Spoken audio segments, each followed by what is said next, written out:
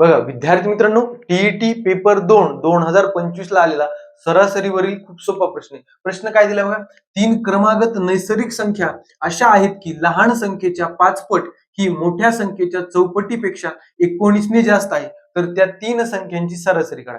बघा 3 संख्यांची, पण कशा आहेत त्या? क्रमागत आहेत. क्रमागत 3 संख्या म्हणलं की जी मधली संख्या असते तीच त्यांची सरासरी असते.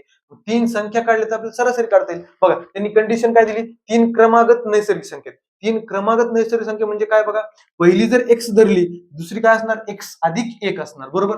x अधिक 1 आणि त्याच्या पुढली x अधिक 2 असणार. आता त्यांनी कंडिशन काय दिली? जी लहान संख्या आहे, लहान संख्येच्या 5 पट, लहान संख्येची 5 पट काय? 5x ही कितीने मोठी आहे? 19 ने. कुणाच्या? मोठ्या संख्येच्या चौपटीपेक्षा. मोठी संख्या काय? x अधिक 2 ह्याच्या चौपटीपेक्षा मोठी आहे, म्हणजे हे लहान असणार आहे. 4 गुणिले x अधिक 2 ही किती आहे? 19 आहे. जास्त म्हणजे वजाबाकी करावं लागतं, बरोबर आहे का? फरक आहे ना, जास्त कमी म्हणजे काय असतो? फरक असतो. चला सॉल्व्ह करा.